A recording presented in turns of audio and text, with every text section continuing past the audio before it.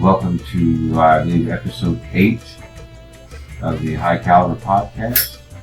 It is still April 5th, 2020.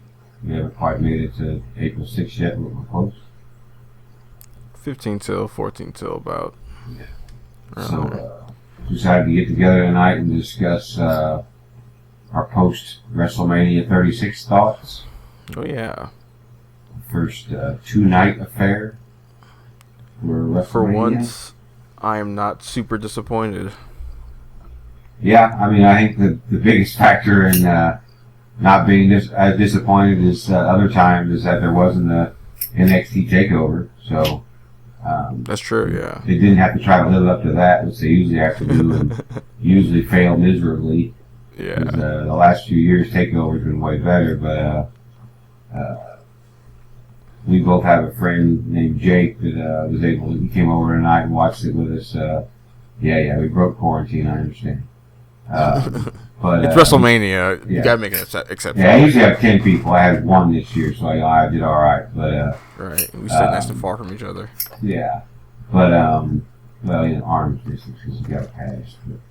Right, that's true. But yeah, so he and I are both somebody. Jake and I should say, are both somebody that have watched wrestling for a long time. Jake since the early to mid '90s because he's in his mid 30s, and me since the early to mid 80s because I'm in my mid 40s, and so. I'm in my mid 20s. Yeah, so kind of weird. Your wrestling knowledge is to this point mostly limited to Lucha Underground for the last couple of years and some more recent WWE stuff since then. Yeah, of course I graduated to all the hipster wrestling shit and not like WWE. Yeah, which is later in the podcast what we're going to discuss after WrestleMania is since he's watching and now has a WWE network told him that if he wants to watch some good wrestling, it's basically Jake and I and some other buddies talk about it all the time. I recommended that he watch most of the Attitude Era, even if he wants to, the Monday Night Wars between WWE and WCW.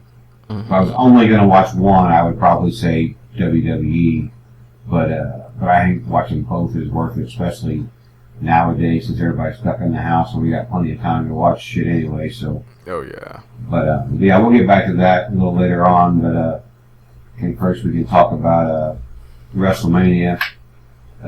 Night number one, obvious highlight of the night was the Boneyard match, AJ Styles and Undertaker. I mean, that's the highlight of. Shit, when it comes to WrestleMania, that's probably the highlight of the last 15 years. It's one of the best matches I've seen, period. Ever. Yeah, because we were saying before it started, Deshaun made the comment that he thought it'd be cool if they did a Lucha Underground type show. And what he meant by that was basically like just the high production value. They did a lot to make it seem kind of like it was wrestling, but it was kind of like a show. They put some thought into like a plot kind of, and at least a decent storyline to go with, and then played it out very well. I did hear that a lot of the most of the speaking they did was ad-lib, like most of that wasn't necessarily supposed to take place. But it worked real well, and the match itself was kind of perfect because it kept, no offense meant to Taker at all. He's one of the greatest ever, but he's not the same man he used to be, and so, he can't bump like he used to, and a lot of things he can't do, that he used to be able to, and so this match worked out for him because he was able to basically just punch and kick, not a lot of... You can keep him looking strong in a match like this. Yeah, and that's the other thing with AJ is that, he's the size comparison, obviously Taker's quite a bit bigger than AJ, but AJ's a good enough wrestler and established enough that people know he can hang with Taker, but at the same time, he's not a huge dude, so, he's small enough that Taker could pick him up and throw him over his shoulder like he did the one time and carry him around, which he obviously could not have done with like a Cena or a Roman Reigns or a Brock Lesnar or any of those type guys. Anybody else that's AJ size, except for maybe like a Daniel Bryan, there's really nobody else you're going to put in the ring with Undertaker to make me think that he's even got a chance. Right. Yeah. So even somebody like Ricochet, he's not been around long enough to have built what was necessary for that to happen. So and Ricochet's a little too like athletic. Like he's jumping all over the fucking place and doing all kinds of crazy stuff. Which would work well in a Boneyard match, just not with Undertaker. Him and AJ would be a great match out there. But yeah, I think it went really well. I loved Montez Ford's. I don't know if it was a tweet or Instagram or what, but at the end of that match, they showed AJ's hand sticking out of the dirt. Yeah, it was like a fake arm or some shit. Right, yeah, something they actually found apparently. But really, I mean, yeah. And I originally thought, well, man, it would be funny if they'd had him like made it graphic to where like the finger and the hand animated and like flipped off the camera or something. But then Montez Ford, which is one of the members of Profits, is Street Profits, is married to the finest woman in WWE, as far as I'm concerned. Who's that? Bianca Belair. Who? Bianca Belair. That's his wife? Yeah. Oh, fuck. That's embarrassing. Seriously. I didn't fucking know that shit. Fuck Montez. Oh, Ford. yeah. Fuck that guy right in the ear, man. Because, it's funny. It's like Jake was saying, what we were talking about earlier. Sasha Deville, is that right? The Sasha Banks? Woman. No, the one that comes out with Mandy Rose. You used to call it Mandy Rose that betrayed her and all that kind of shit with the Otis thing. Is it Sasha Deville? Oh yeah, I think so. Yeah. Because Jake thinks she's okay, but I find her really attractive because I kind of like the dark kind of. I don't know if he goes as far as to call her goth or what you would say her look is, but I've always liked that kind of the raven hair, dark skin, put on some dark, eyeliner and lipstick or whatever to go with it. But, I did something about how, I thought she was really attractive and, Jake basically was like, that's one woman you definitely have, no chance with because, obviously she's gay, but obviously they've made it known clear that she is. So, she's gay. And so it's and I just kind of made the joke that, that made my percentage chance of getting with, a WWE diva or, I guess a superstar now. My apologies, they're not divas anymore, but, they're not called divas anymore? I don't think so. I don't know if that's a derogatory term for them now or not, but I always thought it was kind of cool. Yeah, but I was that makes my chances of getting with a WWE female superstar go from 0.001% to 0.001%. It's what's the difference? I have zero chance with Sasha Deville. But, I've got 0.0001% chance with any of the rest of them. So, exactly, the chances got even less. Right. But, yeah. But anyway, that was the highlight of it was the Taker, AJ. They did a really good job with it. The whole thing was fantastic. I really only saw one person tweeted today they thought it was garbage and every single reply was you're an idiot. So, yeah. So yeah, it's pretty popular. I mean, obviously that was one of the matches that didn't need a crowd. It wouldn't have had one anyway. So yeah, pretty much. Yeah, I really like that match because it was I really like the idea that she was just I just want my friend to get laid by someone who's not a complete loser, and she was I don't want. I'd rather her fuck Dolph Ziggler of all people than Otis. Yeah, I don't know what that was all about. There was a part where she was everybody gets what everybody gets what they want. You get what you want, I get what I want, and I was what exactly does she want? Unless Dolph is unless she just wants Mandy really bad, and Dolph has told her okay, if you help me get with Mandy, then I'll do everything I can to get us a three-way going. Or something like that. Otherwise, what's in it for Sasha really? Otherwise, why does she give a fuck? It's because Dolph is such a piece of shit that she knows she'd dump him, and then she'd come running to her and be see, men are just garbage. All men are trash. Be with a woman. Right, yeah. That's what happens. I'm sure that's homophobic or something, but whatever. It's wrestling. Yeah. It's fucking Vince McMahon. Yeah, so that was great. highlight of night number 2, probably again the one off-site match, the Firefly Funhouse match. Oh yeah, absolutely, probably my favorite thing they've. It was. I don't know. It was. I mean, I liked it, but man, that was some strange shit. Like that's what I like. I like the trippy weird shit. Well, but the thing was, it's like like you couldn't really tell. Like, did Cena know what was going on? Did he not know what was going on? It was like, was it actually supposed to be Cena in those situations, or was it like all a figment of Bray's imagination? Like, what the shit was actually going on? They didn't give any like pretense to get into it. They just like jumped in all of a sudden, and it was kind of like. It's like, very. Where the hell is this coming from? Well, it's very Lovecraftian, where like he's messing with your mind so bad that you're not really sure what's true and what isn't. So when he's like got John Cena like performing his act from back then, and then Cena realizes what's going on, he kind of breaks character out of it from how he was, or when he was forcing him to rap, and he couldn't say anything else, he had to rhyme. Yeah. All of that. I love that. That's what I really want from the Fiend, to do like more mental craziness, and I'm glad they. No, absolutely. I like that part. I just wish they would have made it. Maybe it was part of their point, but I just kind of wish they would have made it a little more clear as to like, is this Bray in John's head? Is this all in Bray's head? Is Bray's super ability allowing him to transport Cena into his mind, kind of thing, and that's how he's, fucking with it. It was like, that's the whole thing. Like, this whole time, like, I kept kind of waiting for Cena just to wake up, and they're standing in the middle of the ring, and then the fight starts. You know what I mean? It was weird. Yeah. So. Yeah, I was wondering, like, okay, what point is the match actually going to start? But like, cause like, they would change like the kind of the time, and then they might wrestle a little bit, and I would think, okay, is now the match about to start? And then they move on to another thing. I'm like, okay, it's not. And then, he does the shit at the end, and you're like, okay, I assume, like, I kept thinking right at the 3 count, and Cena's going to wake up and, like, come to, and still be, like, very disoriented and whatnot, because he's just been, like, in a trance for a while.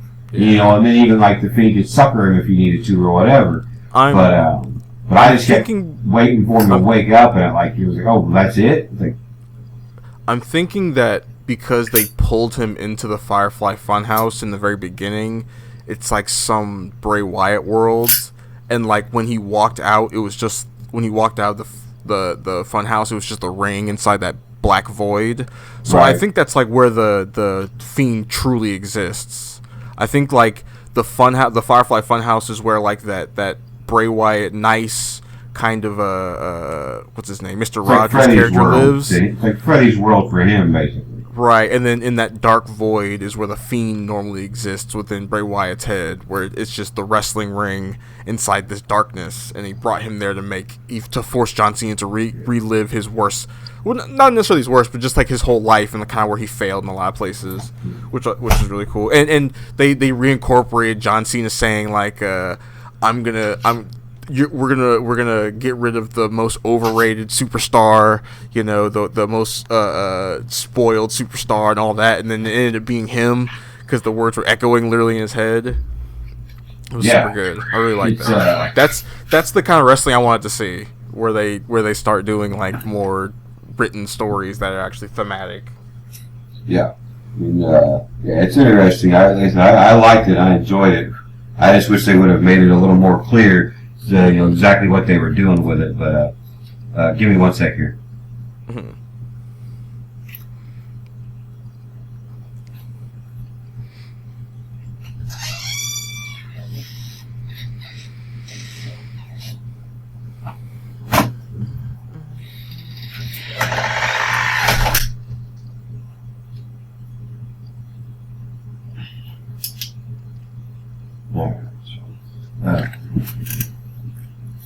Yeah, I agree with what Jake said earlier. The biggest match, as far as missing a crowd, would have been probably a tie between Strowman and McIntyre, because both of those guys, especially Drew. This is his first time. I think Braun won once other for like maybe a day, maybe or something. But yeah, he was champion for a little while. I remember. But yeah, like Drew, it's his first time. First time he was here.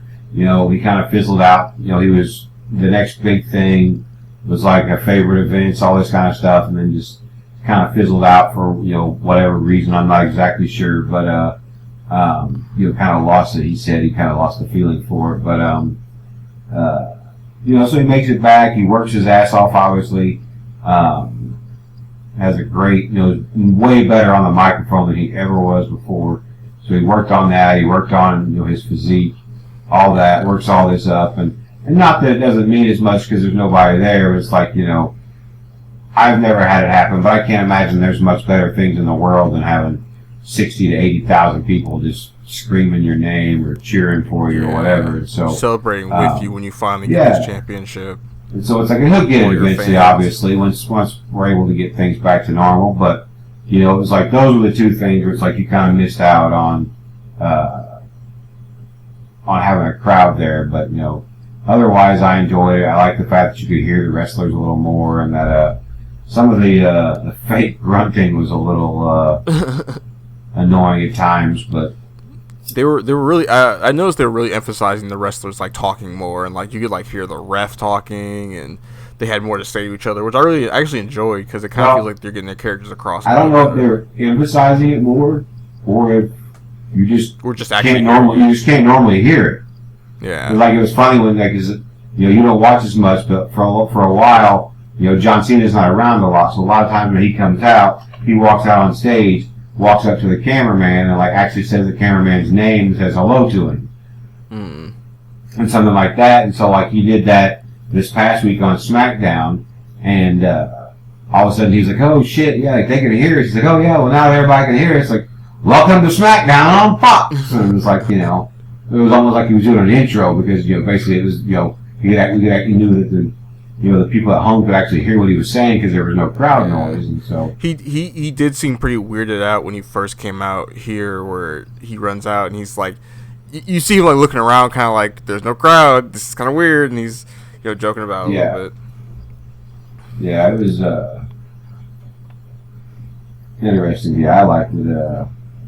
Trying to think of the different matches who I think was probably the weakest match of the 2 days. It's probably one or two for me, and not because I got them wrong, but I would say either the 5-way match for the women's title or Sami Zayn and Daniel Bryan. Yeah, I blinked and that match was over. I didn't even realize it was over. Which one? The Sami Zayn Daniel Bryan? The Sami Zayn one. Because I was kind of watching it and I looked away for a second to do something, and then I looked back up and then the next match was starting. I was like, what? And I was completely baffled that it was over. Yeah, and my thing was too is that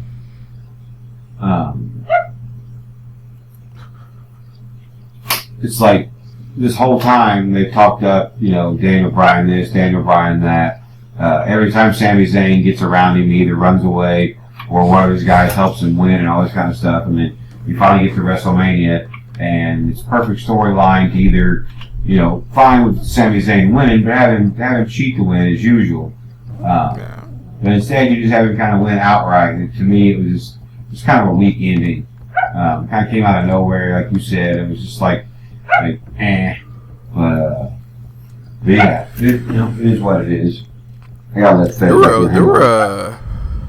Keep talking. I gotta let Fez in. Who are you doing that? There were a lot of kind of straight wins in this, where not a lot of dudes running in and helping their guy win the match. Not a lot of heels fucking around. I think in the Taker pre-recorded match with AJ, I guess they're all pre-recorded, but the Boneyard match, that was the only time we really saw guys who were part of the other dude's crew run in to help their dude in fucking match. Taker OC. Yeah, it was the only guys I really saw jump in to help their dude, but otherwise, lot of straight wins in this,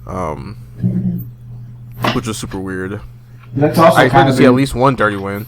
If I remember correctly, though, that's kind of been the shtick the last couple of years. Because I remember, like, Has it? the last couple of years, like, after WrestleMania, thinking, like, man, we didn't get any cool run-ins. There's usually, like, big surprises and stuff like that. And it seems like lately, the last few years, by lately, I mean the last few years, but it seems like they tend to, like, save that shit more for the Raw or SmackDown, the ones following immediately after. That's true. I guess you don't want, like, because WrestleMania is supposed to be like the payoff for a lot of storylines, so you don't want the payoff for your storyline to be dudes ran in and fuck the match up. Yeah. So I guess maybe they're trying to avoid that. Because the other one was Sasha. She ran in. Yeah, She came back in, and that's why I thought that one was weak. It was like I thought that was the perfect opportunity because you know they're going to split them up eventually, and so I thought that was the perfect opportunity either for Sasha to screw Bayley over, or, you know, just not help her. But right, because Jake and I both thought that it would probably come down to the two of them, and that one of them would do something shady to get the victory over the other, basically. And then, you know, either, you know, Bayley, because she's already a heel, or Sasha would make the heel turn. And, you know, if Bayley does it, you know, she's a heel already, but if Bayley does it to split them up, then it really pushes Sasha towards the baby face, if that's where they want to go with her. But at the same time, if Sasha screws Bayley over, then they can kind of put it back, because to me, Bayley is a much better face than a heel. The heel thing to me just doesn't come very naturally to her. She's not super heelish to me. She's right, and maybe I'm wrong, but like she kind of seems like she's a genuinely nice person, and that like the face goes better for her than the heel. And I'm not saying Sasha's a mean person, but Sasha definitely has that better like bitch face than what. You know, she comes off as like not like I said, I don't know her, so I can't say either way, but she comes off as either she plays stuck up better or she kind of is. But she's very like, you can't sit with us. You know, she looks like that kind of person where she's the clique builder. But who knows? Yeah, where Bayley would, you know, be the one that sees the kid sitting by himself and it's like for lunch. It's like, hey, you come eat with us. You come eat with us. You know, exactly. Yeah, she's like the kid that volunteers after school to like help out. You know, help out with people who are sad and stuff. You know, just she's so nice. Like her whole "I'm a hugger" stick. Like it's weird to have someone who's like that level of nice try to be a heel. Like where. Yeah. Like, how could you have possibly gone wrong? Like, you were so nice that it's in your nature, and it's got to be impossible for you to go wrong, you know? Yeah. But that's wrestling, I guess. Yeah, the one finish to me that wasn't overly surprising. I picked wrong because I picked with my heart instead of my head, but was the Charlotte Rhea Ripley match. I pretty much knew that Charlotte was going there, but I just kept getting it through my head that they're not going to make her the NXT champion again. And, like, you know, they're not going to have her go back to NXT or whatever. And so, like, afterwards, Jake and I are just like, you know, she'll probably lose it in the next week or two, or at the worst, you know, the next NXT pay-per-view. But yeah, I feel like they're probably using this to legitimize NXT, the championship, a little bit more right now, because now that NXT is being treated as like a real thing now, when before it was kind of just like the lesser thing.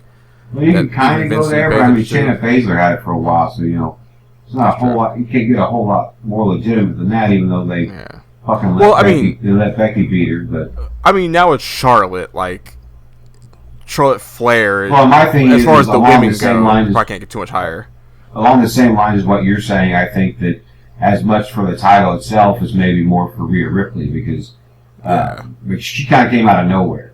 Like, if I remember correctly, I don't remember seeing her for maybe like a month or so before she was already getting the title shot and you know, won the title. I think it was more timing of, you know, Shayna going up than, you know, her necessarily being ready.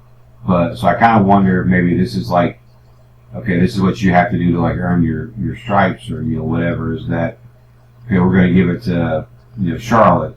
You'll have to feud with her for a while, will kind of make her seem invincible, and then next pay-per-view you'll get the win against her to kind of make it finally put you over to that championship level type. But I mean, they must believe in her. They got her at Mania, and having her do this feud now. I was digging those Colt blue pants she was wearing tonight. She looks good. Yeah, I'm actually watching it right now, and it's one of the better diva outfits I've seen in a while. Yeah, she got the blue and white Colt colors. We're good to go. Besides anything Bianca Belair wears, of course. I don't think any of them look bad in pretty much anything they wear, but that's true. Yeah. Yeah, I mean, Bianca Belair and Rhea Ripley and Thunder Rosa and Liv Morgan are like probably my top 4 female wrestlers right now. You know what's weird about that chick match, that big chick match with like Tamina and all them? Yeah. Was that Tamina in it? Yeah, that was kind of weird. Yeah, super weird. Cause I guess we were talking about like where's Nia Jax been? Because I heard rumors she was like coming back for a thing, and then she just never came back. She may be in AEW. Because I was I watched real fast the last couple of weeks for I can't remember why, but I may have been playing a video game while I was watching, so I wasn't paying a lot of attention. But Cody's wife had a blanket on her name. Brandy. She has kind of a faction. She's got a new, like, when I say big, I mean big as in like name and like in stature. Like female, it's kind of like her muscle. And for some reason I'm thinking it may be Nia Jax possibly. But I'm not positive, so. But her or, I'm not positive. But so it might be that's where she's at. But yeah, we were trying to think of like other SmackDown females that could have been in the match. I don't know if Tamina was a replacement or I feel like it was originally supposed to be a 6-way because I think Dana Brooke was supposed to be in it, but she's in quarantine, so she wasn't there. Yeah. So I don't know. Like I'm pretty sure Carmella's like SmackDown. She wasn't there. She definitely would have been a better fit, but I sometimes feel like WWE is focusing on a very shallow pool of the women wrestlers, and like they in order to make you more excited about them, they gotta bring up like NXT wrestlers, like where are all the SmackDown and Raw women wrestlers that could be doing this, But I just it feels like we're seeing like the same like 5 or 6 women wrestlers in WWE kind of doing stuff all the time, or like the same couple groups, like the same 3 or 4 groups. Yeah. Since the last time I spoke, I've gotten like 6 words of what you said. Oh, really? Yeah. That last portion. It's been cutting out a little bit, that last portion of the video. Hold on. Let me make sure Audacity is still recording. Yeah. What time is that? It's like when you get going. You just say a few words, you're fine. But when you go get like a few long sentences, it starts cutting out a little bit for some reason. I don't like voice activation or anything, is it? But you think it would be hold on. I actually might be able to fix that, because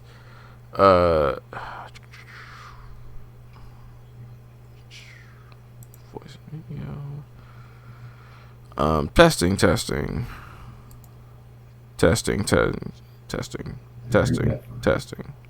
If you said twice. Testing. Okay. There's a threshold I gotta put it at.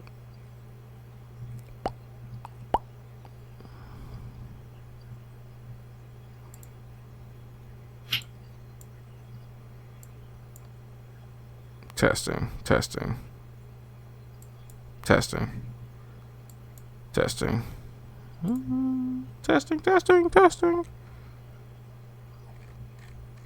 Alright. Alright, can you hear me? Yep. Alright. Hopefully I should have fixed it.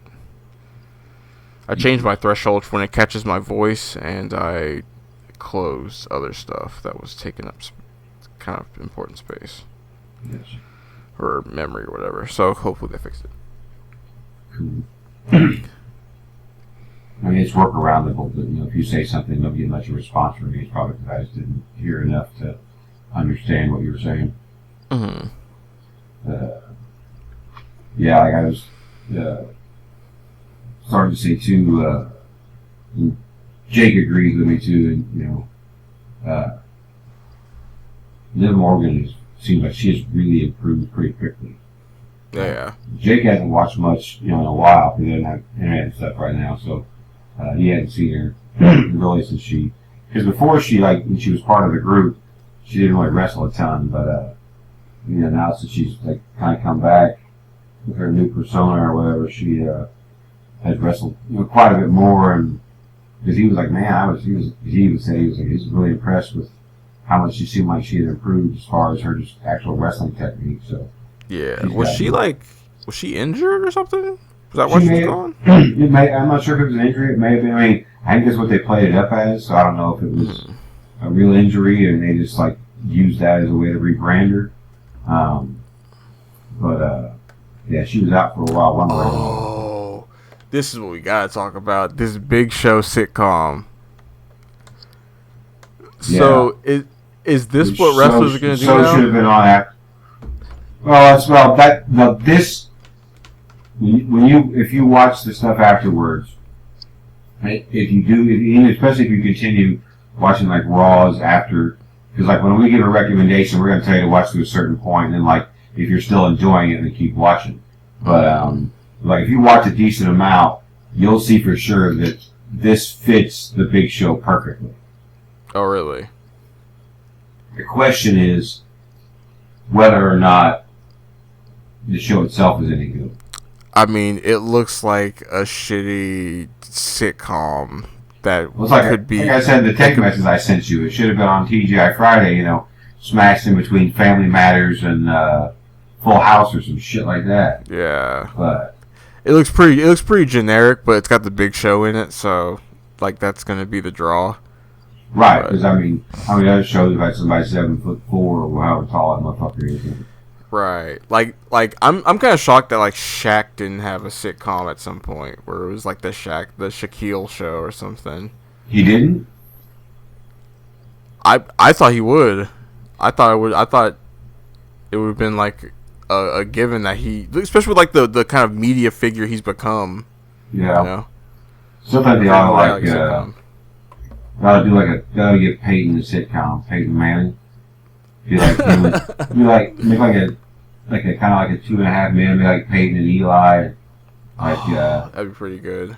They bring in I don't know who, bring in some like Tim Tebow, some shitty failed quarterback to be this, to play the son role, or to make him a nephew or something. Be Peyton and Eli, they're both Hall of Fame quarterbacks and Super Bowls and all that kind of stuff. And then you got they have all their awards on then you got Tim Tebow walks in, she has nothing.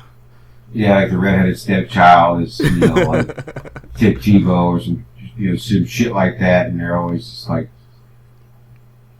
fucking with him, but they're talking about their rewards. But anyway, you look at it, I think all Peyton's commercials and Saturday Night Live, that shit was funny as hell. But yeah. But anyway, back to WrestleMania. Trying to think here what else there was. We had the Usos triple threat ladder match versus the triple threat ladder that was supposed to originally be the tag team. Then it just be a one-on-one. Or one-on-one. That one went exactly as planned. We as soon as Miz was out, we were sure that Morrison was going to win. We were we're not going to take the titles away from him while one of their guys can't be here. So exactly. Yeah. So we knew that was going to go. I mean, it was a good match. Would have been a better match if it was tag team.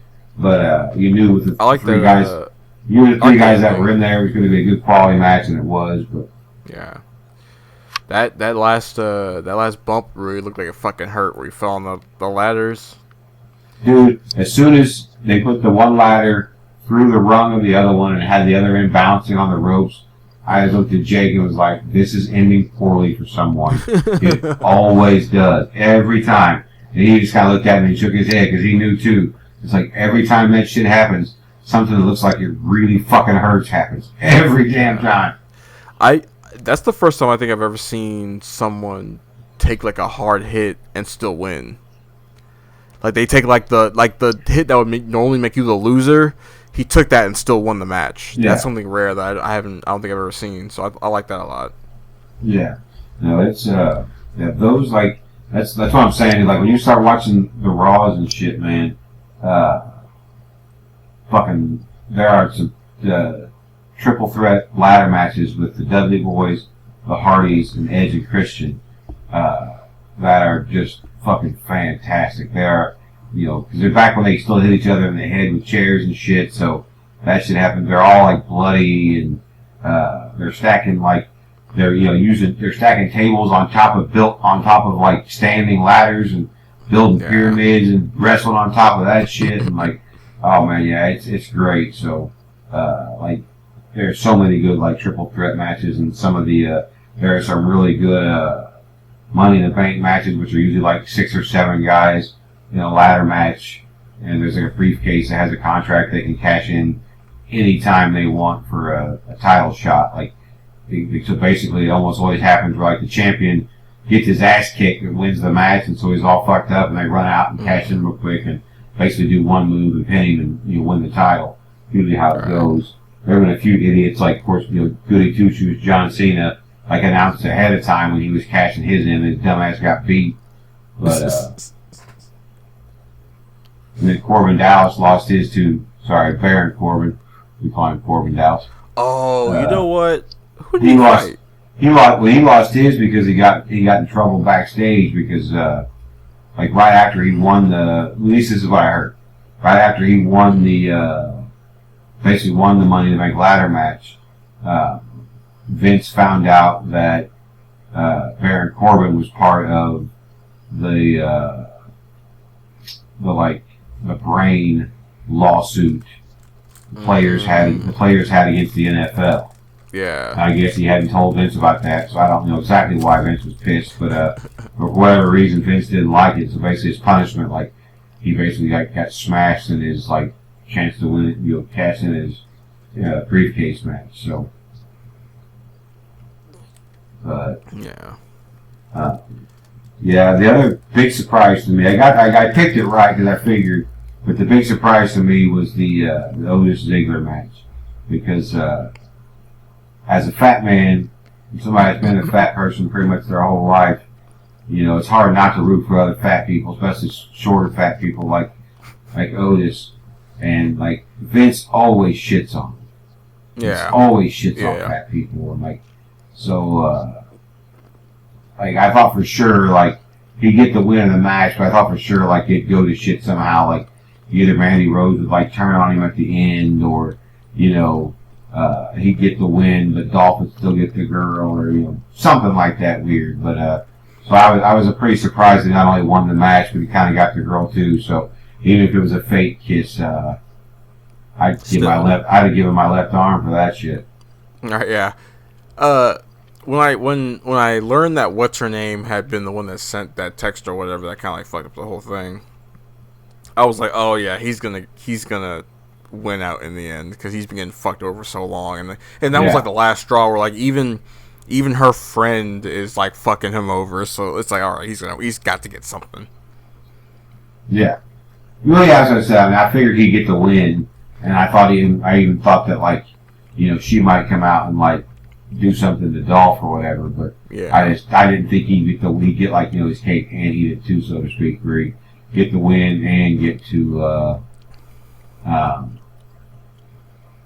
get the girl as well. But right, good for him, good for the fat man. It wasn't so K-Fab, I'd say it gives me hope. But you never know. There was that New Japan couple.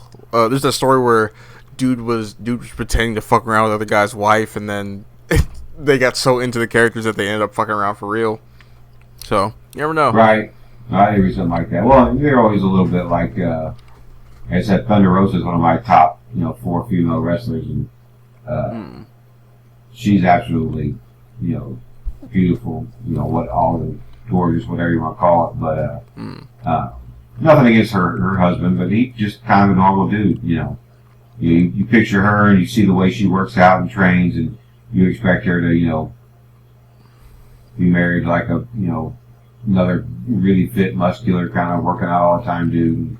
He's just kind of normal dude that sits at home and plays video games and shit like that. So it's like, again, it's kind of one of those things where it gives you a little hope, but right. Same time, not really. Hey man, there are girls out there. I've seen enough of them. Yes, there are. Edge and Orton was again about what I expected. Like you said beforehand, you thought which match did you say you thought was going to be the best one? Fiend Cena, but that was more of like a not even really a match. That was more like just a segment, like a show, like kind of like a filler thing. I still enjoyed it, but it wasn't really a Fiend Cena. Oh yeah. But yeah, it was good. I still enjoyed it. Jake and I kind of agreed that because I told Jake that, and he and I agreed that that would obviously be good and probably be one of the better. But he and I both agreed as far as matches, the Orton Edge would be, and it didn't really disappoint. They can't do as much stuff as they used to, for obvious reasons. But I got pretty nervous anytime Edge kind of took a back shot, and anytime he started like holding his back, I'd be like, "Oh fuck, is that it?" Yeah, right. Yeah, but that's kind of part of it. And the thing is, right. It may have been, you just don't know because he's not going to stop at that point. Exactly. Yeah, it was good. It was basically about what was expected. Thought it'd be pretty brutal. Thought they beat each other pretty good. Figured Edge would win because WWE still to this day kind of follows the same pattern they have since I was a little kid, and that is whichever anytime there's a feud, ongoing feud, whoever gets the last laugh on TV always loses at the pay-per-view. Yeah. So like if you're on Raw, then whoever if like Cena and Fiend are fighting each other at the pay-per-view on Sunday, and at the last Raw they're on together, Cena comes out on top, in essence getting the last laugh, then 95% of the time he's going to lose at the pay-per-view. And that's still to this day a formula that most wrestling follows. That was one of my biggest disappointments up to this point with AEW, was that they kind of follow those same lines. Like the two things that bug the shit out of me is that storyline, because it makes it too predictable. Following that, and it's always since I was a little kid, and I was a bigger I would say a bigger idiot because I'm a bigger person now, but I was as much of an idiot but more ignorant. Even back then, I was like, why are the referees so fucking stupid?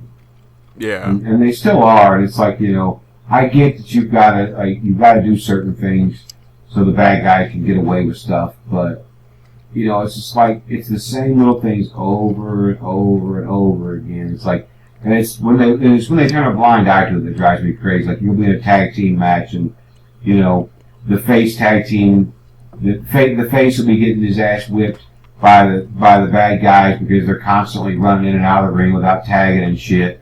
And then the first time the referee does nothing. Then the first time the face tag team partner comes in to try to help out his guy, the referee stops him, gets in between, puts his hands on his chest, completely turns his back on everybody else and pushes him back towards the corner, while of course the heels come in and kick the shit out of the partner while the whole time this is going on. It's just like, I get it, but you don't have to make it so blatantly obvious every time. It's like, have at least attempt to stop the bad guys every once in a while or something. And I'm not saying it's just the bad guys. It goes both ways. I was using that as an example. But it's just like, it's the same thing. It's just like, don't blatantly ignore one rule violation for a whole match. And then all of a sudden, when it's convenient, you're like, okay, let's go ahead and make go by the rules. All of a sudden, that shit just drives me nuts. It's like I feel like most of the time they feel like the only people watching are still 9-year-old kids. It's like there are plenty of them. That stuff. Yeah, but it's like even as a kid, I started noticing that. It's always been a pet peeve. It's just like, why are the refs so dumb? Because I had hope when he gets AEW. I can't remember her last name. Her first name is Aubrey, and she's probably the best referee they've got. Tim, can you still hear me? But like even recently, in the last couple of weeks, she started falling into those same like stupid referee patterns. You're just like, I thought because it was already slightly different, with the female ref because there aren't very many, especially ones that are like the main referee and considered the best one. And then it's like, maybe they're going to not only change that, but, that point of view, but change maybe the overall outlook of referees a little bit where they won't take as much shit and stuff like that. But it's like, nope, all of a sudden she's starting to go back down the same shit as everybody else. It's like, no, it was just a way to get her over, and now she's back to being a stupid referee again too, like all the rest of them. So.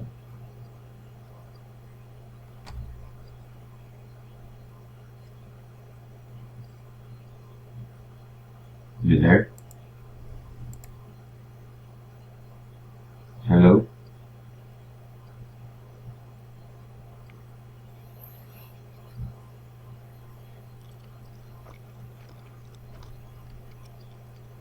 Can you hear me?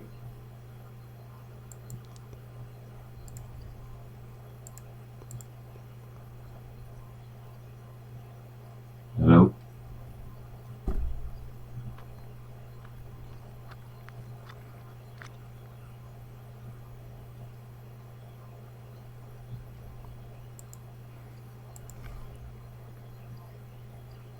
Hello?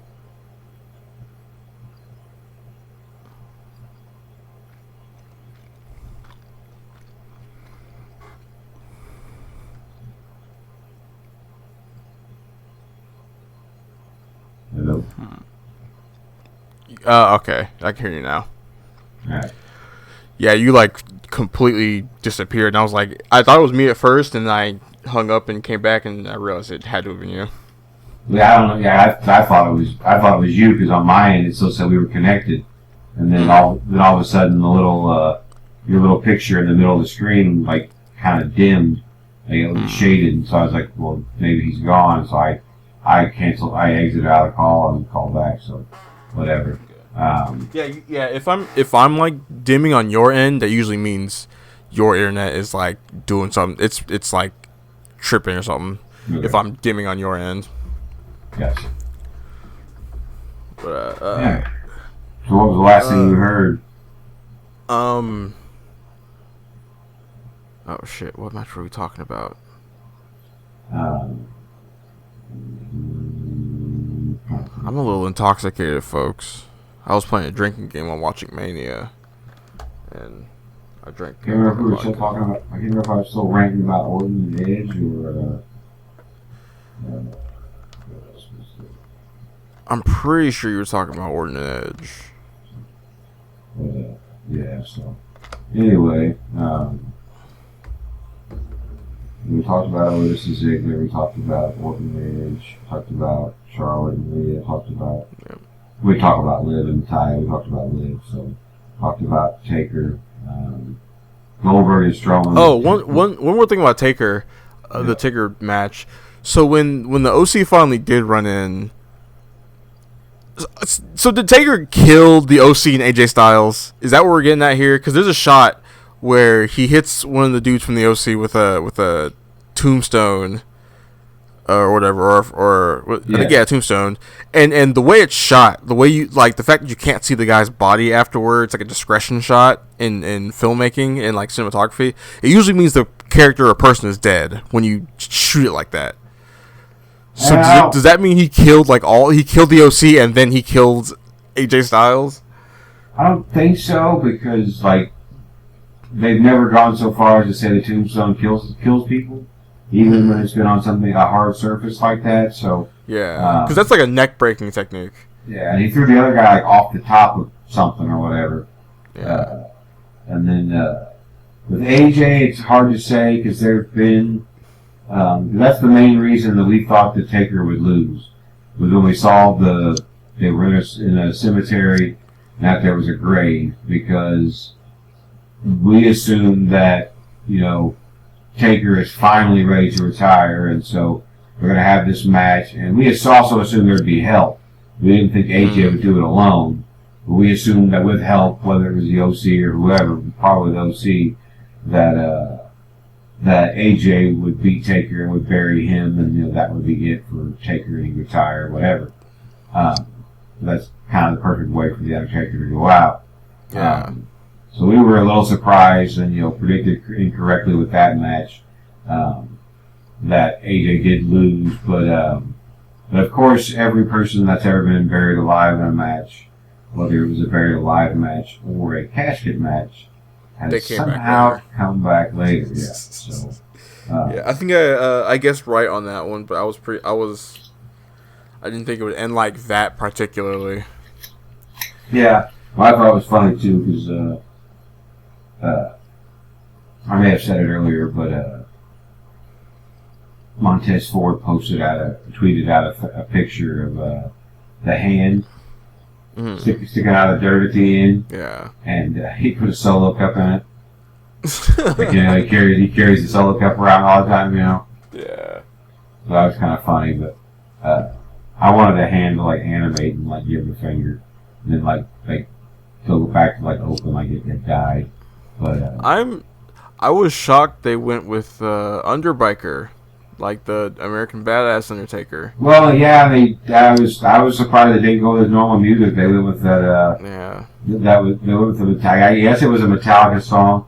It sounded more to me like Weird Al doing his best James Hetfield impression.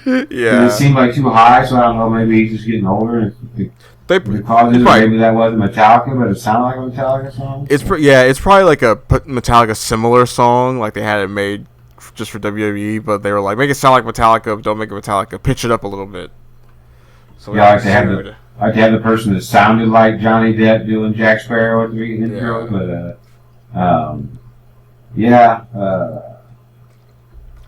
overall, we were a little confused. We were confused by the acolytes. The dudes dressed in the black. Yeah, the weird. Because they're usually on Taker's side.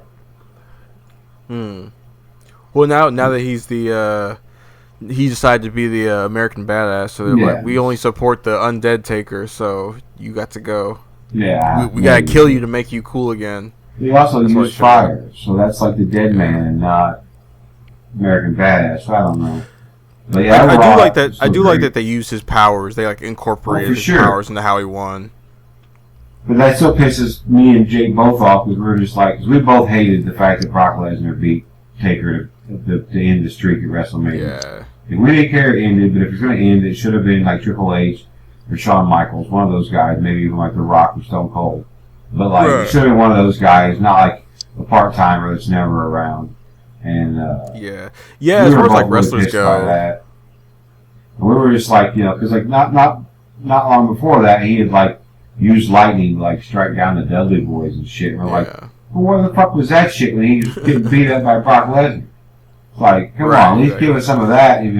At the absolute least, if he has to use that to beat him, you could use that as the excuse. Well, you couldn't beat me without the lightning, but whatever. But yeah, so it's because it's hit and miss when he uses the power nowadays because of that. But Brock Lesnar is probably as mundane as a wrestler you can get, really. He's just a dude. He has no real gimmick other than he's a guy that fights, right? But Undertaker's whole thing is he's this magical mystical being from he's this mystical magical being from beyond the grave, right? He should be fucking unstoppable. That's why he's so powerful. That's why he's so over. Okay. So I'm watching the pay-per-view over again. Remember, I asked you this before. Do you remember when Otis was walking into the date or whatever, and he saw Ziggler and her together, and he had the flowers and he drops them? the girl at the table by the entrance that he walks in through is trying so hard not to laugh. It's I didn't notice it. I didn't notice it the first time I saw it, like on SmackDown or Raw or whatever it was. But when I saw it tonight, they show like the replay. Yeah, you could definitely see it for sure. You see her like holding her mouth, like it's so funny. I cracked Jake up a little bit because I was like, man, somebody should have like been standing behind him with a plate of spaghetti when he took off. Man, like the Karate Kid, remember that shit? They went to pick up the girl Elizabeth's shoe at the country club, and you know Johnny like kissed her or grabbed her ass or whatever it was, and Macho got all pissed off and turned and ran away and was like, "I'm from Mesita," and ran into the plate of spaghetti on his white suit. Yeah. What's up with like the big the hacker thing? That they never kind of. Oh yeah, they didn't do shit with that. Other than like show the same fucking bullshit again. It's gotta be Ali because that's like the fucking thing on his hand. The shit, the like circle things. The shit that's on his fucking hand. He thinks he's Iron Man. Yeah. Yeah, I was like, that had to be like a wrestler or something, right? Like somebody's gonna show up and be like, it was me all along. Like when Diamond Dallas Page was stalking Undertaker. And he was like in his house and shit, and he's talking to his wife. And, you know, I thought it was gonna be something like that, where like a person would show up and be like, "It was me all along, Otis. Fuck you, Otis. I'm fucking with you this whole time."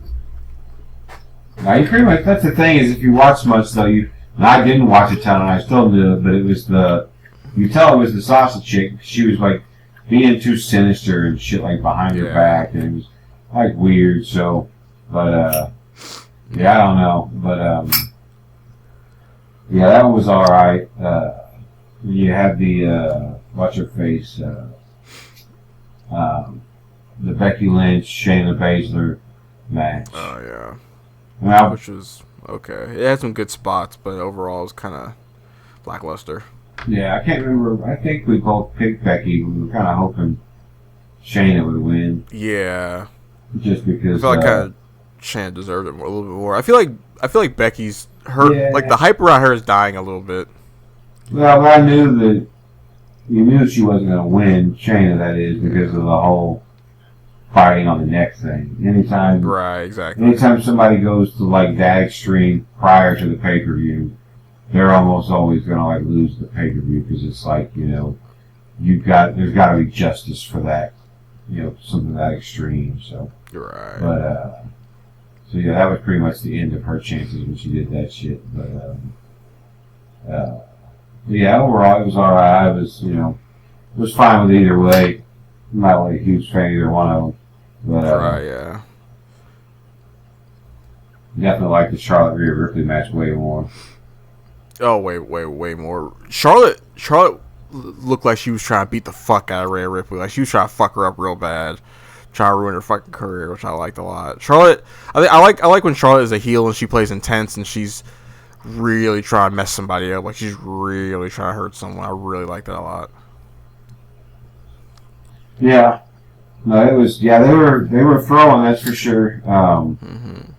Same with Becky and Shayna. They were kicking the shit out of each other. But, so yeah, I mean. I don't know if it makes me chauvinist or what. There's a long period of time where I just didn't like watching the female wrestling matches. I would just fast forward through all that shit. And I've gotten to the point where I can watch, I watch more of them now. And when there's certain wrestlers, I'll watch pretty much all their matches, like Rhea Ripley, Bianca Belair, Liv Morgan. I still watch a good amount of hers. Charlotte, depending on who she's wrestling. Natalya, I like watching Natalya wrestle because she's a wrestler. I think the women's matches have just kind of tightened up story wise. Like I feel like before, like from what I've seen, they were just about a bunch of fucking bullshit that didn't really matter. Well, that wasn't about wrestling almost. When you start watching the '90s shit too, and it's a product of the time period, but you'll notice too that back then. Even the best of the female wrestlers really can't hold a candle to like the middle of the road nowadays as far as like wrestling ability. because they were all just like, really, really attractive. Didn't wear a ton of clothes.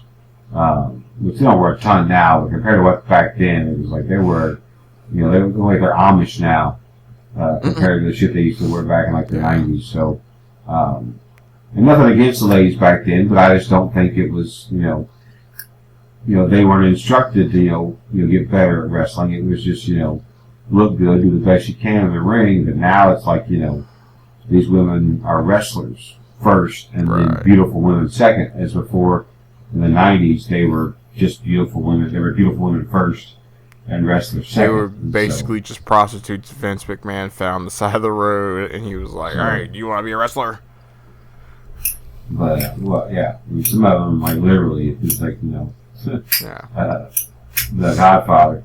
With the yep. But, yeah, so that wasn't bad.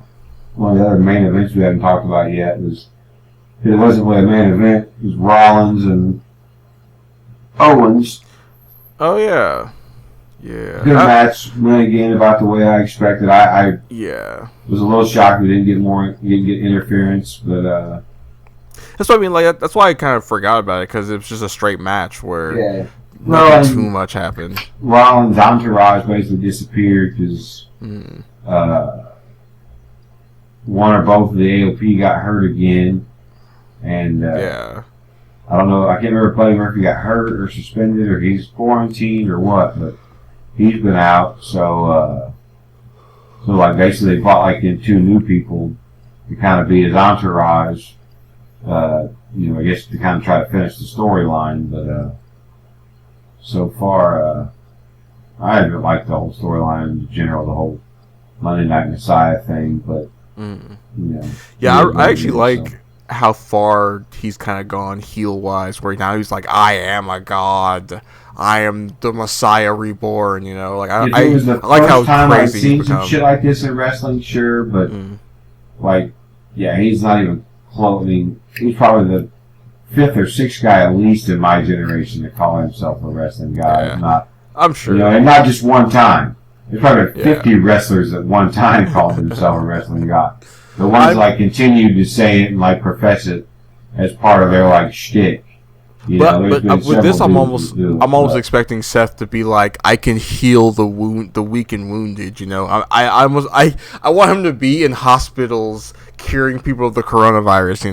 No, that shit would be funny as fuck. The robe he wore out was kind of like a Jesus robe a little bit, but that's what I was thinking. I was like, it's so it's almost sacrilegious how much he's being like Jesus.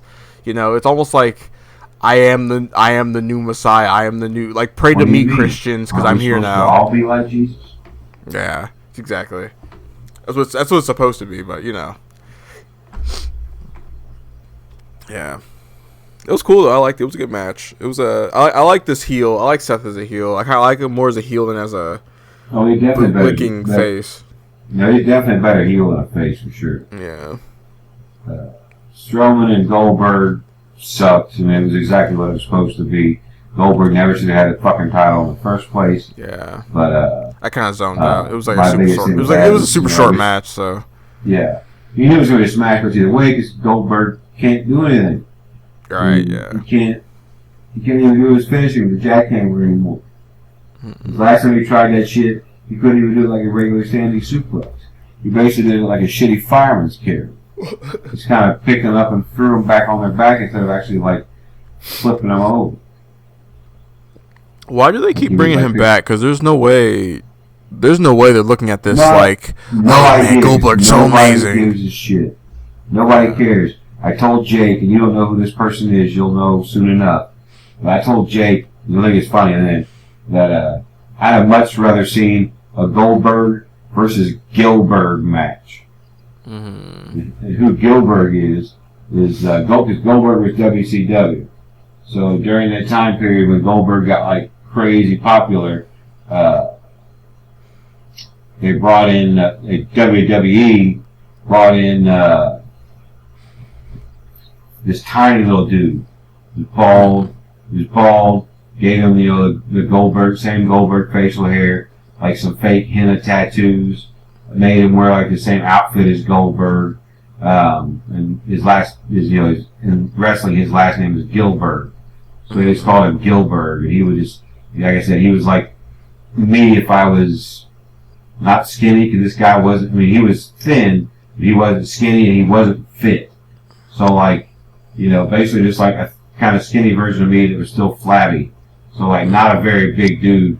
And, he'd come in and do like Goldberg's same entrance with like the sparks and all that shit. And of course, usually would like come running out like it hurt and was scary and shit like that. But and of course, he'd get to the ring and just get smashed by people because he was a tiny little douchebag who didn't know how to wrestle. They were basically just parodying Goldberg and making fun of him. But I was like, man, I told Jake, I was like, I'd rather see a Goldberg versus Gilbert match than see that dude be the fucking champion and have to fight somebody for real. Yeah, I don't know if it was the steroids in the 90s or what. Because he's still a big motherfucker. But he can't pick any of these fucking dudes up. So I don't know if he's got like back or shoulder issues that keep him from doing it. Or if like, like the muscles are just all for show. I don't know how that works. But, I mean, they're those guys who's like where they get they get old enough to where, yeah, the muscles are there, but the strength of like their spine and like their bones and shit isn't there, so they're not going to be really lifting a bunch of dudes up. Like they don't have that foundation. Right. So yeah, I don't know what I'm saying, but yeah, I guess Goldberg should just. I feel like Goldberg should be phased out as like kind of a joke wrestler because he's so bad now. It's like he almost can't go out on a note of of a ton of respect. You have to acknowledge the fact that he's kind of like a joke. He should be phased out. He's not good. I mean, I like Goldberg. I loved him back then. He's never much of a wrestler. He was all impact. But but he was still awesome when they promoted him and stuff like that. But they never should have brought him back. I just don't get it. I mean, the first time they brought him back a few years ago was fine, but like these past few times, just like, especially giving him a title and having him like ruin Bray, one of the best things they've done in years. Yeah, you basically ruin him so this douchebag can win the title from him and then get beat by somebody else in 5 seconds. Like, how's anybody supposed to beat Braun now? So this guy beat the Fiend handily, and then this guy turns around and stomps him. It's like, what are we supposed to think about that now? Who the hell is supposed to beat him? Yeah, it's inconsistent storytelling where characters that have all this build-up are kind of just beat down by a guy who's just hanging around because Vince kind of likes him with no real storyline or anything, or no real character. But I picked Bray in my predictions, but I thought for sure Cena was going to win that shit.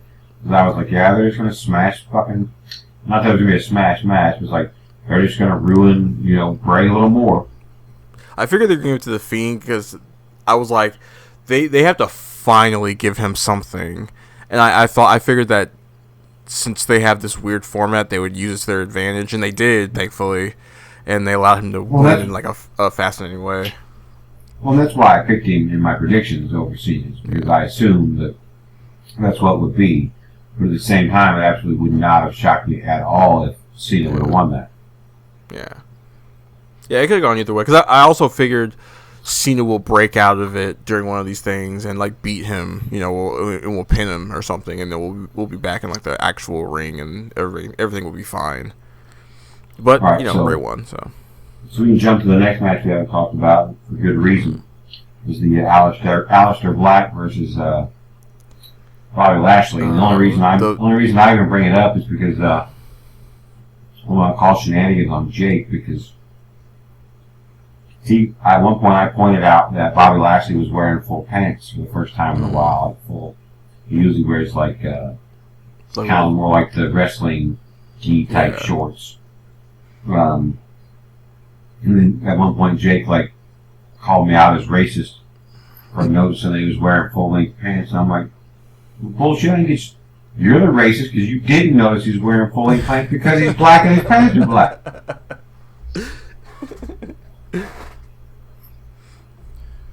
And then I told him about what you texted me about how you were like, yeah, I'm going for black, and not Lashley. Yeah, I don't mean Lashley. Yeah. Who ended up winning that match? Because that was another one where I just kind of zoned out and stopped paying attention. Aleister Black, because remember Lana came up or whatever, or he was gonna put the move on, and Lana jumped up and said, "Spear him!" And as soon as she said that, I was like, "Yeah, he's fucked." So he threw him down and was going to destroy Aleister Black. He's about to fucking crush Aleister Black. She's like, no, hit him with the spear. Yeah, and so they put him down, and he just ran into a black mask. I was like, don't listen to your chick, folks. Just do what you need to do and win. Which is at that point, I don't know if I kind of maybe made a racist comment, but I was like, is that a black mask with a black face? There's a lot of black going on in this match. Yeah, it's confusing, It's hard to keep everything straight. But, yeah, did they have any real build up before this Mania? I feel like they had no chemistry. Very little. Just two guys that slapped together for a match. I think this was more of a filler match because some of the other ones that got canceled because of the people that were out. And since they're doing this 2-day format, they're like, well, we gotta have something. Since it's 2 days, gotta make Mania a little bit longer than normal. Let's see. Even though they had a little build up for it, they didn't make the Otis Ziggler match until last Friday on SmackDown. But, I don't think it would have happened. I don't think it would have been at WrestleMania had it not. If it would have been a regular WrestleMania live with a crowd, I don't think that would have been one of the matches. At the most, it may have been pre-show. But and I don't think they announced the Strowman Goldberg match until the day before or the morning of. Dumbest shit ever. Because super weird. Roman tweeted out and Instagrammed out or talked on a podcast or whatever else a week and a half, 2 weeks ago that he was out of WrestleMania because he was quarantining himself because he's more susceptible to the virus because of his struggles with leukemia. Yeah. And so he announced, then that he was out. And that was a week or so ago, Wednesday or Thursday. So basically 2 SmackDowns ago. And they waited till this past SmackDown, 2 days ago, to officially announce that he was out and that Braun Strowman was taking his spot. Mm-hmm. You're just what's the point, man? It's you knew he was out. Use the extra week you have to do some kind of build-up for it. But they did about as much build-up for the match as they did building in the match. Yeah, and that shit went quick. So it's so weird. They keep bringing Goldberg back, but it feels like they don't give half a shit about his matches. It feels like they don't give Goldberg? a fuck. Yeah, it's all about a quick pop. You got the pop when he won the title. And then he gave it right back. And it was the same thing last time he came back. He won a match. Because he smashed Lesnar. Yep. And then the very next match, Lesnar smashed him. It was okay, that was dumb. Just pointless. Just back and forth for no reason. Yeah, exactly. So the only match I want to talk to at this point is the tag team match. Street Profits and Garza Theory. I think that one. Is it just me, or is Theory a John Cena clone? Who? The Theory guy. He was the Garza's partner in the tag team title match. Can't remember his first name. Theory? I can't remember his first name. His last name's Theory. And I think it's Thieerry or Thierry, Theory. But I told Jake he should go by The Theory, as in Theoroi.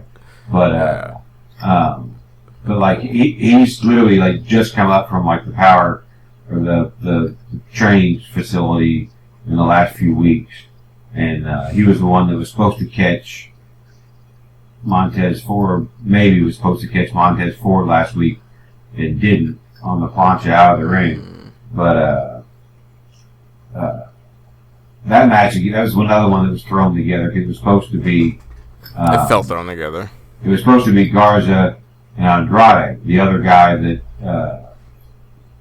Zelina Vega manages, and but he's out. I don't know if it's he was suspended for not performance enhancing, but violating the drug policy. I don't know if he's out for that. I thought he had served that already, but I don't know how that works. So I don't know if he was out for that or if he's injured, or again it's a quarantine thing. But yeah, it's supposed to be the two of them. I still don't think they would have won the titles because they just gave them to the Profits. But I could have seen there being there was at least a chance of it. Wrestling. Yeah, there was at least exactly, because they hyped them up way too much. Finally gave them the titles. It was like that would have been all a waste of time just to take them away. So I don't think they would have had much of a chance. Like, the chance of them losing the titles with it being Garza and Andrade was probably like 10%, and it was basically zero with these guys, because like there's no way they're going to give the titles to these guys, especially with all the hype and stuff they built up to the Profits and the fact that it's worked because they're very popular. So yeah, but so yeah, that was that probably it was a good match, but it went pretty much as expected. And I don't care what anybody says. I love petite women. Man, Zelina Vega is one of the most attractive women like on the planet. And I don't care what anyone says. I love me some buff women. And when Bianca Belair walked out there with her big ass arms and was beating dudes up, I was like, oh yes. Oh yeah, dude. I feel you. One of the things I like about Lacey Evans. Oh yeah. Big old arms should choke your ass out. Looking tough. I like it. That's why I like these wrestling women. Yep, that's why I like Rhea Ripley and Thunder Rosa, even though she's small. She's not very tall. She's very fit, tough as nails. Another NWA called Camille. That's awesome too. She's quite a bit bigger, but she's. What was it? Royal Rumble. Awesome, I was like, man, I sure wish Bianca Belair would just fucking choke me the fuck out, just beat my ass, cause holy shit. I take that beating, that's for sure. I take that beating every day. She's really good. Right, I'm surprised I hadn't heard about her until then. Cause she's super good. Yeah, no, she's not only spectacular, but she's very talented as well. Yeah, I love the whole thing with the hair and the swag she's got when she comes out. Oh yeah, her confidence. Yeah, exactly. That's kind of what I mean by swag. I guess it's a little different meaning, but the way she carries herself and the confidence she has. Yeah, it's confidence, but it is arrogance too. But it's not like overblown arrogance. Yeah, it's like it's arrogance where like I'm willing to back it up. Where she's stupid about it. Yeah, it's like but all right, so I guess probably enough for WrestleMania. We've got to be quick with the. I don't have to be, but probably should be quick with the rest of it. I think we're about an hour and a half now. So, but as far as if you would like to watch Monday Night Wars, I mean, since you got the time, I recommend doing both. But March, or sorry, I texted you the date. I guess May 26th. 1996 or May 27th, so, yes. May 27th, maybe 96. But it's the day Scott Hall shows up on Monday Nit's Raw. It's May 27th, 96. 96. Okay, yeah. Do you know who Scott Hall is? Yeah. He's the mathematics guy where he's like, you got 10% of 5 me and 1/3 a chance to get beat by me or whatever the fuck. I lost most of it. Say it again. He's the mathematics guy where he had that ridiculous mathematics thing where it's like 10% of your chance of beating me is 1/3 of this and that and all this crazy jazz. No, I lost most of it on that. I heard the mathematics and 1/3 of this and that. And, Scott Hall is when he was in WWF, he was Razor Ramon. Razor Ramon was oozing with machismo. Does he has the weird like chain mail thing on his head, right? No, that's like Scott Hall. That's Scott Steiner. That's what I'm thinking of. You're right. Yeah, that's Scott Steiner. Scott Hall is that's Big Papa Pump. Scott Hall is he was Razor Ramon in WWF, basically right up until like maybe a week or two before he showed up on on WCW Nitro. He was, at the time he left WWF, he was probably the number one mid-card wrestler on WWE. So, like, you know, Intercontinental Champion a lot. Was always kind of in the picture for the heavyweight title, but never quite got there. But he was still pretty young, you know, hadn't been around more than a few years, in WWE at least. He was wrestling for a while, but was, it was always pretty much a heel. He had a few runs as a face, as Razor Ramon. For the most part was a heel. Was good at it. He shows up he basically leaves WWE kind of out of nowhere. I mean, so much out of nowhere. Him and, Kevin Nash is correct. Oh, yeah. So, he was Diesel. Okay. And, it was Kevin Nash and Diesel. And I think I'm not sure if he was Big Sexy in WWF or if that was that was in WCW. But, basically those two guys they leave to a point that's so abrupt that at the next WWF pay-per-view, they literally have two other people dress up like them.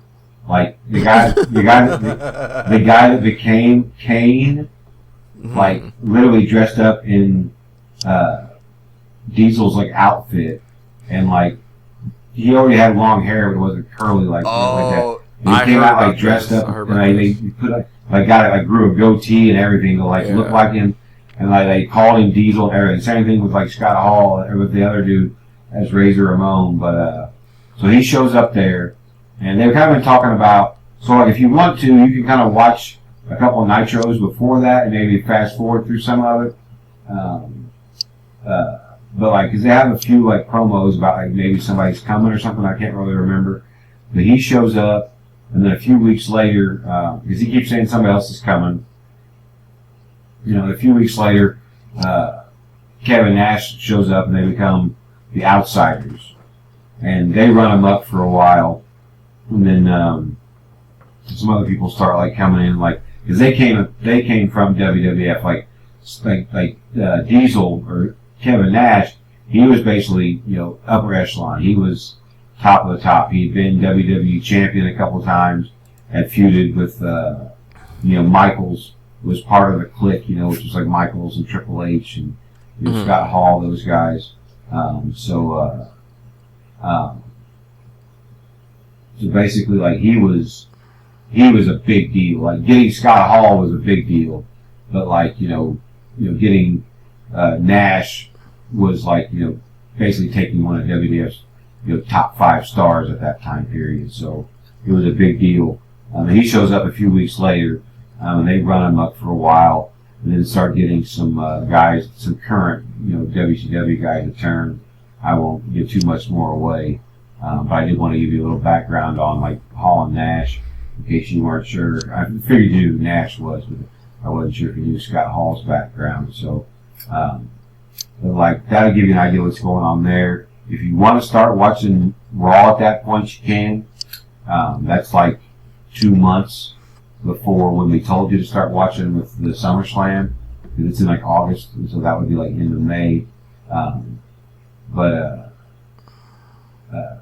So you could, if you really, really want to watch like all of the Attitude Era, kind of like the beginnings of everything, I think it's, I can't remember, is it Survivor Series 95? I can't remember when the screw job is with Bret Hart. That's kind of like, because he basically leaves and goes to, that may be like 96 even, let me see.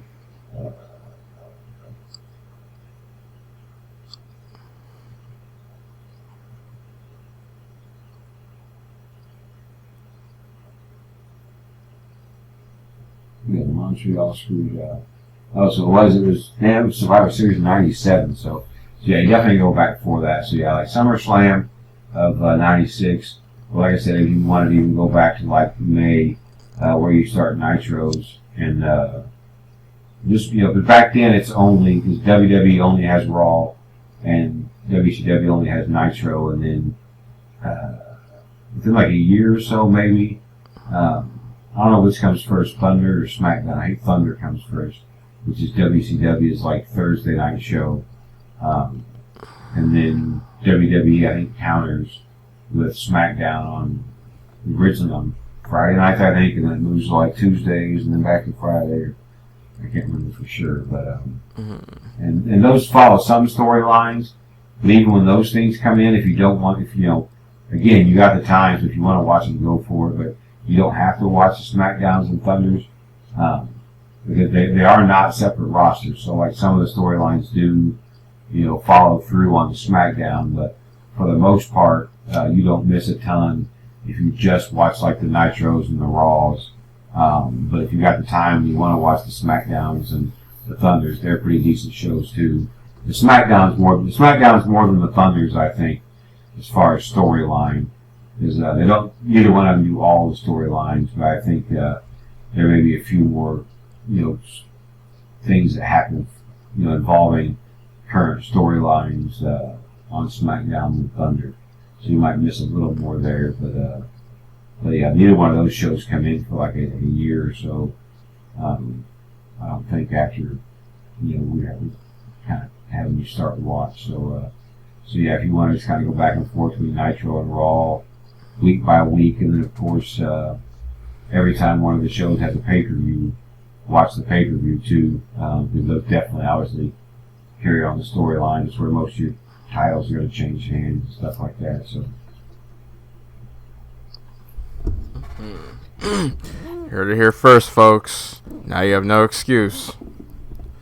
Yeah, but that's one of the things I feel like, and I may be wrong, but one of the things I feel like was definitely better back then. All of it was, but I feel like there were more like titles changing hands on like just the Raws and SmackDowns than what happens nowadays. It feels like nowadays, nowadays you barely even get you get tag team title matches and stuff, but you almost never get like a heavyweight title match on television. It's almost always pay-per-view, and like that goes back to like the 80s.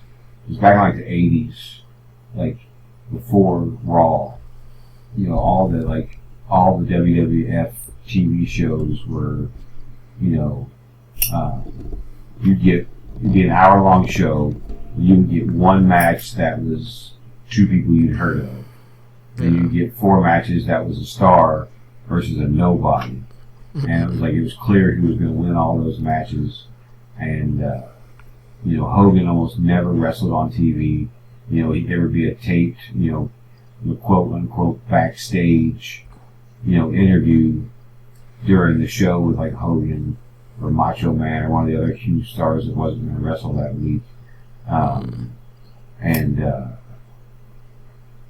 They would almost always, the only time they would wrestle were pay-per-views. And if they did wrestle on like a television show, it was like, versus a jobber. So, right. But, so that's one thing that's definitely better now is that you get a lot more like good matches versus, big time wrestlers. But yeah, I feel like they've kind of gone backwards as far as like titles changing hands. And don't get me wrong, I'm also a firm believer that, I have no problem with people or tag teams holding titles for long periods of time. I feel like they've really cheapened like the Intercontinental title and some of the tag titles by having them change hands so much. But I feel like it takes prestige away from them sometimes. It's like, you get one tag team or one person that can hold the title for a while and it gives them something to brag about. But at the same time, it's got to be one of those guys that's kind of a fighting champion. You can't have like a Sami Zayn who's had the title for a month and a half, 2 months, or however long. He's only defended it one time.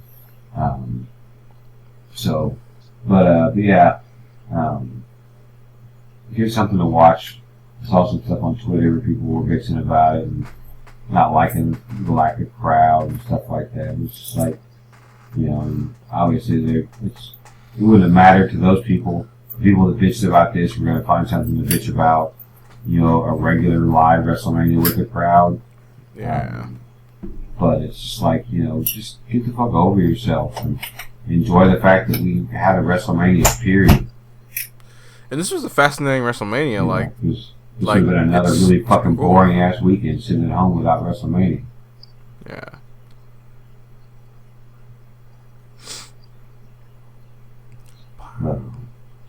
Excuse me. Oh shit! I got the vid. But I coughed. Be like Jake. I got hay fever. And a cough because I'm a smoker. I get sent home from work and can't come back until I get a coronavirus test saying I don't have the virus. Like, and I get it, but it's like, damn, man, the dude's got fucking allergies, and he's a smoker. Of course he's got the sniffles and a cough. He walks around outside all fucking day. It's a bad time to have any deficiencies. Yeah. So, that's one thing I'm glad about, the fact that my immune system is one of the few parts of me that seems to have worked correctly the majority of my life. So, yeah. Well, I think that's pretty much all I got, for this one.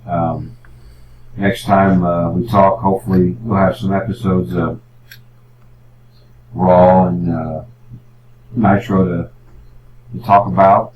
See what you think about some of those. And like I said in my text earlier, it takes a little bit to pick up. We wanted you to start back then so you get some storyline and what's going on and things like that. But once WCW really gets into like the NWO, the full-on NWO and not just the outsiders, it really picks up quite a bit. And same thing with like WCW. They don't really have one overflowing faction. They've got several with like DX and Nation of Domination, and the Brood, all kinds of different, just different types, so different factions. So yeah, it picks up and gets really good. And there'll be times where even though these episodes are like 2 hours long, you'll find yourself watching 2 or 3 episodes in a row, and all of a sudden half the fucking day's gone. But nowadays, who gives a shit? Because what the fuck else we got to do? So right, you sit around doing fuck all. So yeah. So all right, bro. Well, I guess we'll finish up the. Continue talking for a minute after this, but we'll go ahead and finish up the podcast, and we'll see everybody. I guess talk to everybody next time. Till next time.